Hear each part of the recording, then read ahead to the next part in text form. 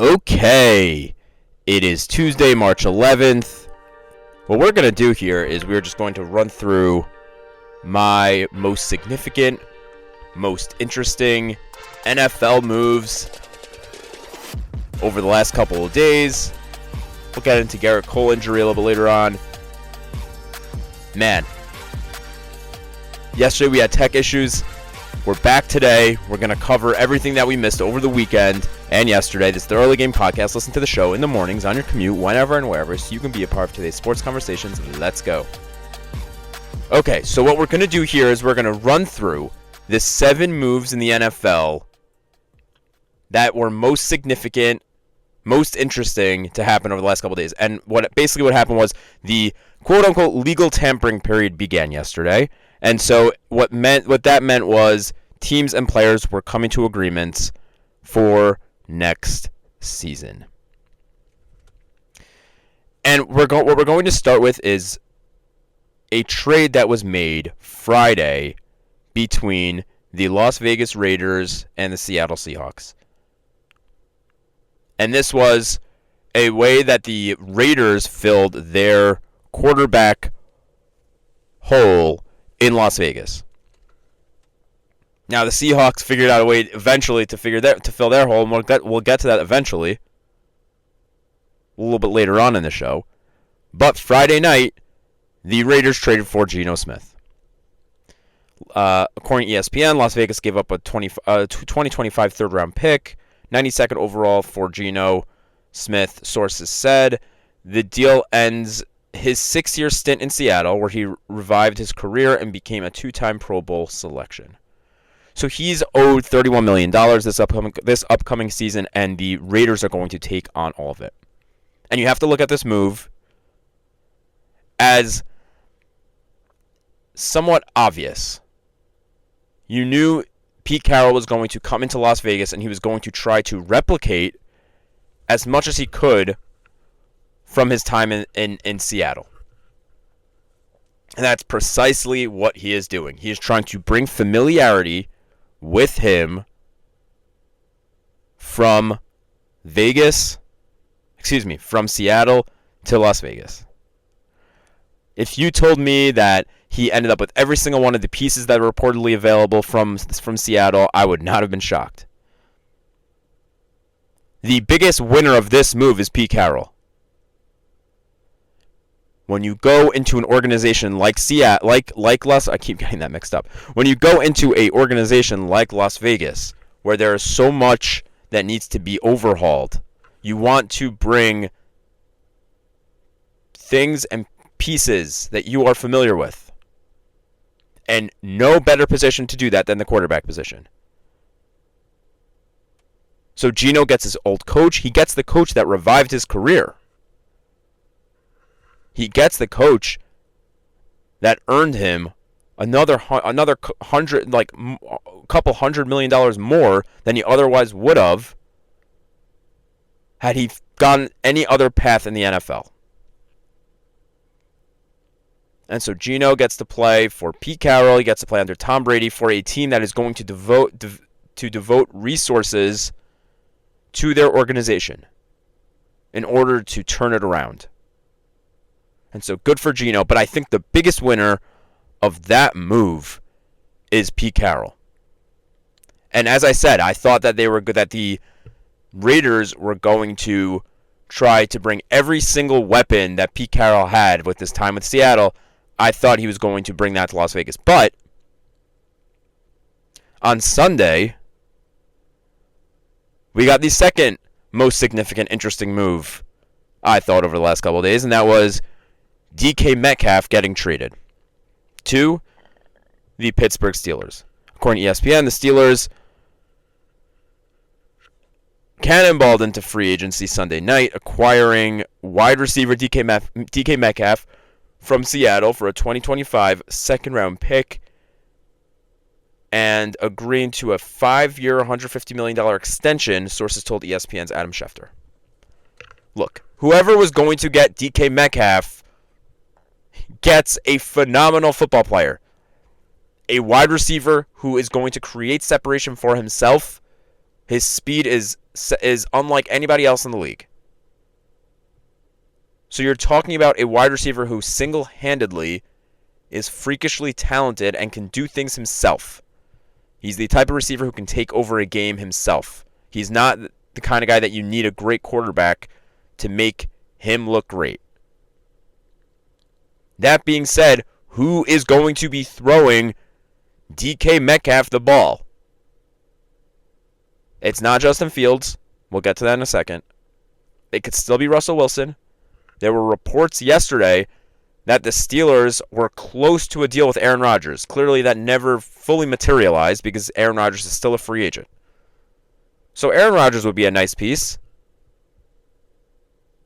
Remember, Russell Wilson and DK Metcalf played together for Seattle.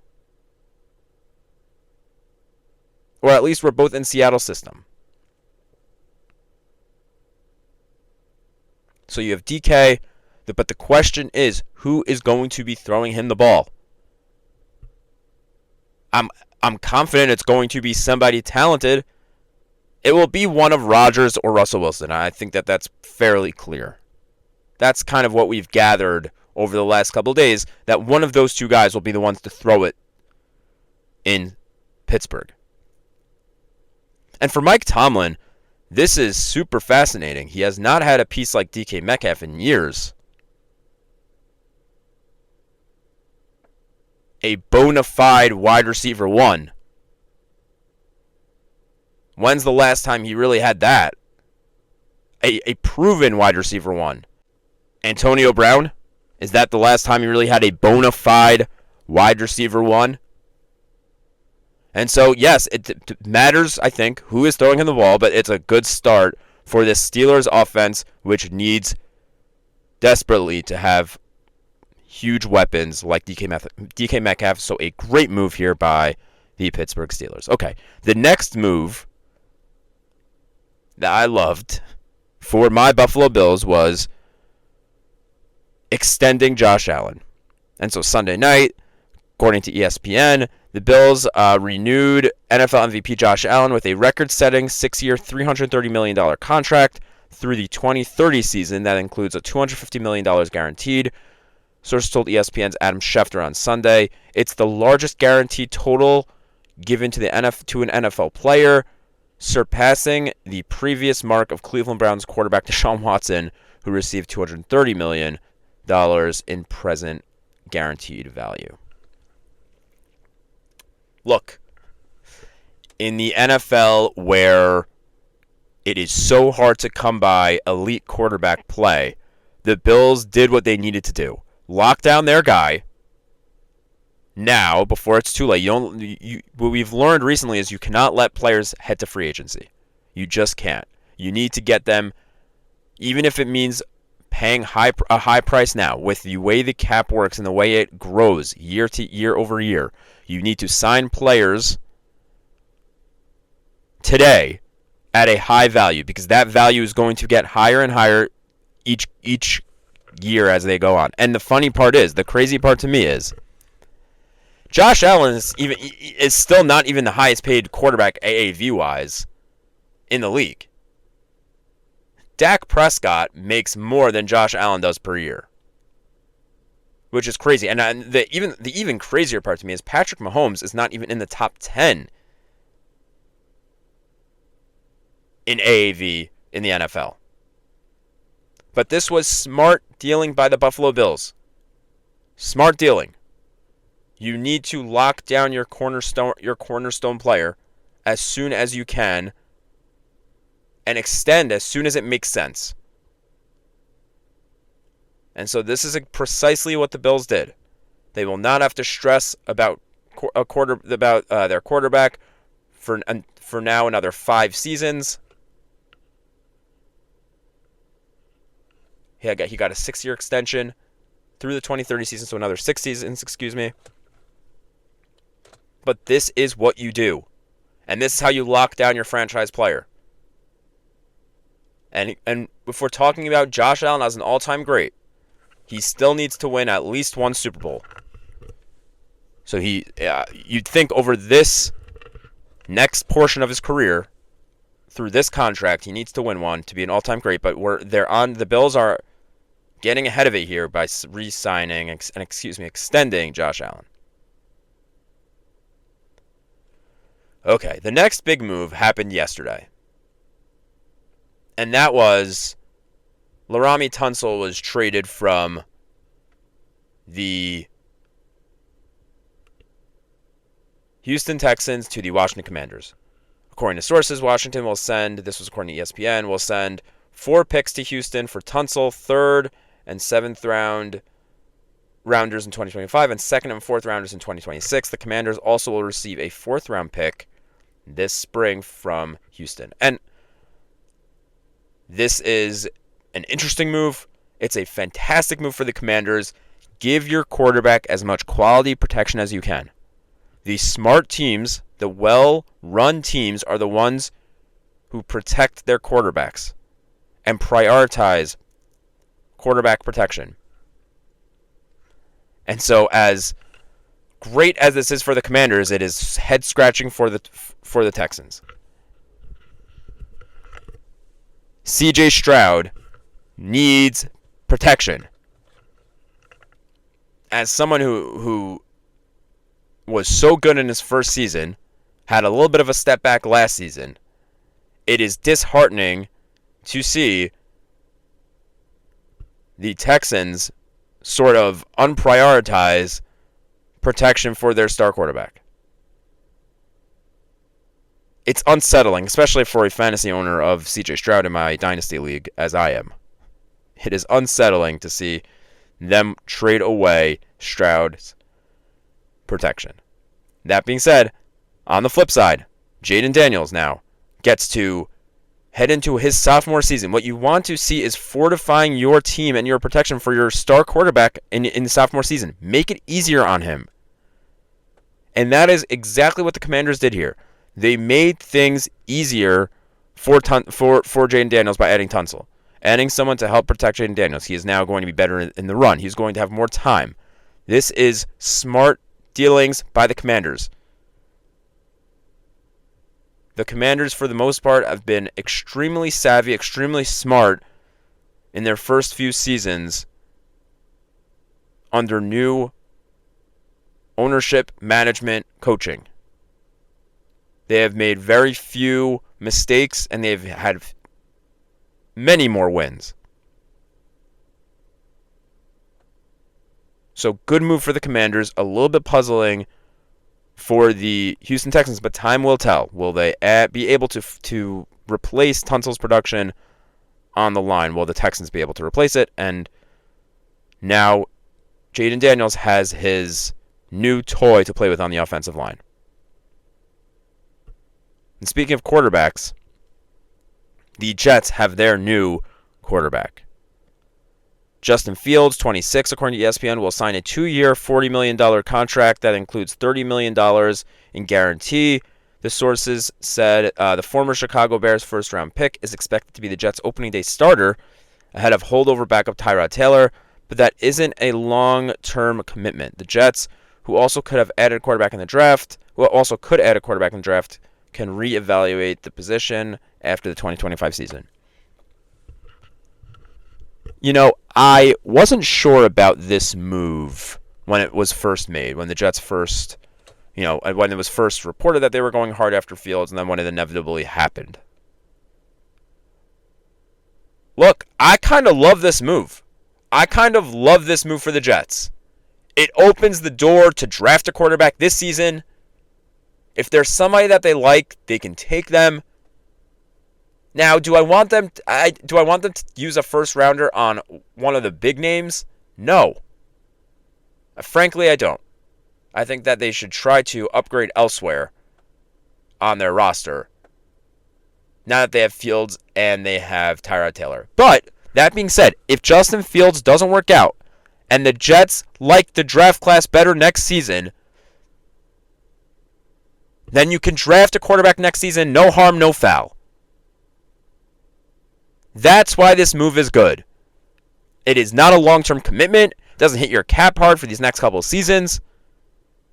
And Justin Fields should be playable under Aaron Glenn's new team and his new offense. He should be playable. Now, best case scenario, they find a diamond in the rough here. They find a talented player who just has not been able to find the right situation, whether that was with Chicago or with Pittsburgh. It gives the Jets a possibility of finding a breakout guy. It gives Justin Fields a fresh start. And even if the Jets draft a quarterback, I don't think that does much to scare Justin Fields. I really don't. This is probably the best situation Justin Fields was going to find himself in. Frankly. I think it's a nice move for the Jets. So now they have two quarterbacks that I think the quarterback room got a lot better yesterday. And they have Justin Fields and Tyrod Taylor, who I think make a great quarterback room for the Jets. And I think this was the perfect move for them. Not too big of a commitment, not too big of a gamble. So I like it for them. And speaking of Jets quarterbacks and former, let's talk about a former one. So Sam Darnold, who had a breakout year for Minnesota this past year, former Jets quarterback, he reached an agreement with the Seattle Seahawks. According to ESPN, the Seahawks found their replacement for Geno Smith, agreeing to a 3-year, $100.5 million deal with former Minnesota Vikings quarterback Sam Darnold, sources told ESPN's Adam Schefter. And so a few days after trading away their former Jet quarterback who broke out, they end up signing another Jet quarterback who broke out, and that is Sam Darnold, who just had a marvelous year for the Minnesota Vikings, revived his career, and now goes to Seattle, which will look a lot different than they did last season. A lot different. If I'm Sam Darnold, I'm a little bit upset that I will not be able to throw the ball to DK Metcalf, Tyler Lockett. But this is a good spot for him. He will continue to be the starting quarterback with no questions asked. If he would have stayed in Minnesota, it would have been, well, J.J. McCarthy is sitting right behind me. He's going to be starting soon. That's the intention for this team. And so for Seattle, if it works out, he has a clear path to being the starting quarterback there for years to come.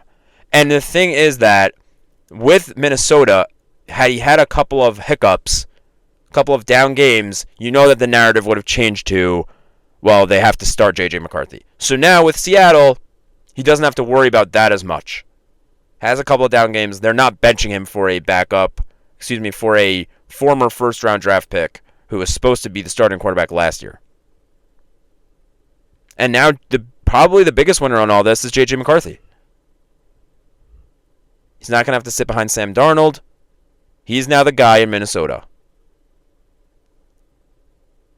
Now, I hated the J.J. McCarthy draft pick at the time. I'm not such a big college football guy, but every time I would watch him play for Michigan, I thought that Michigan won in spite of him. Like, the way that Michigan was winning was not because J.J. McCarthy was balling out. The way they won the national championship was not because of J.J. McCarthy. If you watch that game, they won for pretty much every other player on the roster, won them that game besides J.J. McCarthy. But that's the direction the Vikings are heading in. And so I won't be shocked if they re-sign Daniel Jones to sort of be his backup. There are reports about Daniel Jones, that the main interest being from the Colts and being from the Vikings. But the Vikings now have their clear path.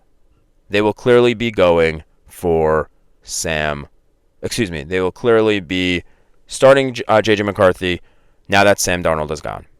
And the last big, most interesting, significant move for me in this free agency cycle is Darius Slayton agreeing to a 3-year, $36 million deal with the Giants.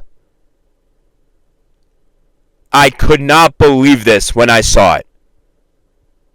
This had my blood boiling. Why? Last season, the Giants could not re-sign their franchise player, Saquon Barkley, for $12 million. But you're telling me now, all of a sudden they have that money to sign Darius Slayton? Are you kidding me? Talk about malpractice. And I've been a Joe Shane apologizer. I've been a Brian Daboll apologizer. Are you kidding me?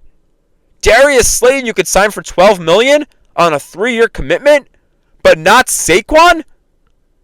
What a slap in the face to fans, to Saquon, Darius Slayton. I don't even know what to say. I was shocked by this. I get that you want organization familiarity from your players, but this is ridiculous. Man, if I was a Giants fan, I sound upset now just as a fan of football. If I was a Giants fan, I would be livid. Livid. The Giants right now are seemingly making all the moves that scream desperation. Scream desperation. I cannot believe that they let an MVP candidate walk away one season. It's well documented on Hard Knocks. And then they re-signed Darius Slayton for the same value the next season. I simply cannot believe it. And so we'll see we'll see who's throwing to him. And I was talking before about how the Steelers were close to a deal with Aaron Rodgers. The Giants are close to being left at the altar with Rodgers, who they said there was mutual interest there about a week ago. Okay, those were the most significant, interesting moves I found in the NFL. Let's move on. Over the weekend, we had Ovechkin. He scored Sunday night. He's now 9 goals away. He's got 18 games left. It is going to be tight for Ovi. A goal every 2 games is not such an easy feat. If he does it, it would be remarkable. Is it realistic? No. He will likely do it at the beginning of next season. Unfortunately, he missed time this year, but we're still on Ovi Watch. This show is going to be on Ovi Watch till the end. And finally, let's move on to the biggest story in baseball over the last couple of days. Let's finish off this show with the biggest story in baseball over the last couple of days, and that is Gerrit Cole. After reports came out Friday that his elbow was hurting him, he was going to go for an MRI.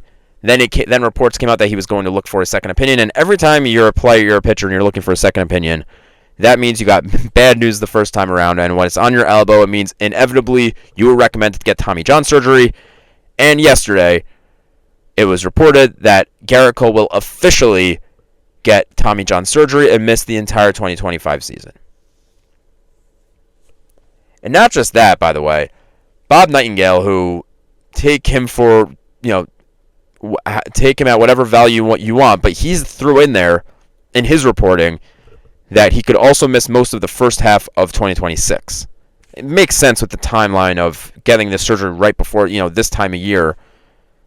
It makes sense that he might miss that much time moving forward. But man, what a blow this is to the Yankees, to their rotation, which is now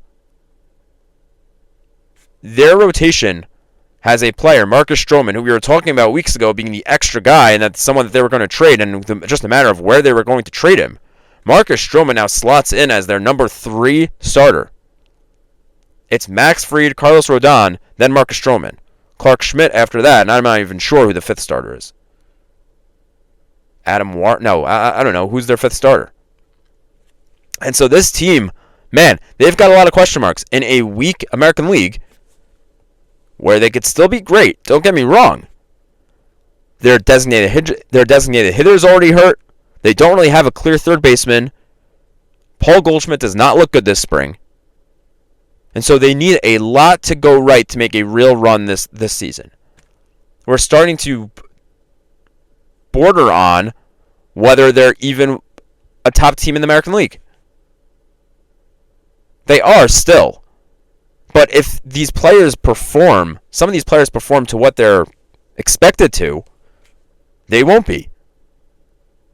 You need Anthony Volpe to step up. You need Jason Dominguez to take a step forward. You need Jazz Chisholm to be better than he was. You need Paul Goldschmidt to be good. And better than what he was last season.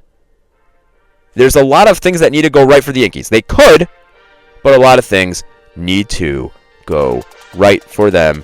This was a massive blow, Gerrit Cole. I think this was the real big one. They had Luis Gil get hurt already.